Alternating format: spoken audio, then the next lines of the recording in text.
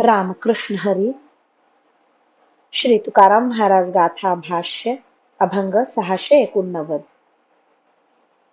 दोन्ही हात ठेवूनी कटी उभा भीवरेच्या तटी कष्टलासी साठी भक्ती काजे विठ्ठला भागलासी माय बापा बहुश्रम केल्या खेपा आम्हा लागी सोपा दैत्या काळ कृतांत होतासी क्षीरसागरी मही दाटली असुरी म्हणून या घरी गवळीयाचे अवतार केला पुंडलिके गोवा तुझ पंढरीसी देवा तुका म्हणे भावा साठी हाती सापडसी.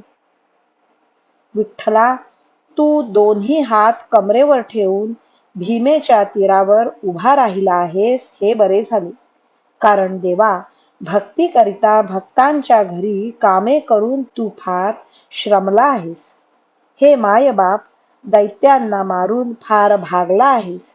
तुझ्या मत्स्य कच्छादी अवतारांच्या खेपा फार झाल्यामुळे तुला पुष्कळच श्रम झाले आहेत. तू आम्हाला भक्ती करण्यास सोपा आणि दैत्याला मात्र यमासारखा काळ झाला आहेस.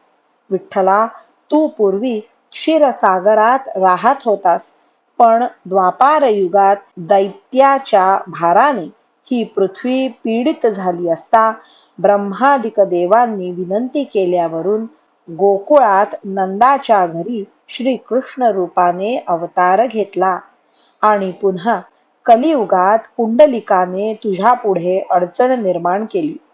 त्याने तुला पूर्वीप्रमाणे क्षीरसागरात जाऊन राहण्याकरिता प्रतिबंध केला व पंढरीस आणले.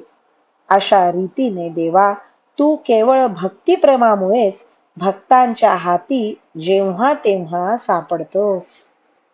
रामकृष्ण हरी. श्री कृष्णार्पणमस्तु.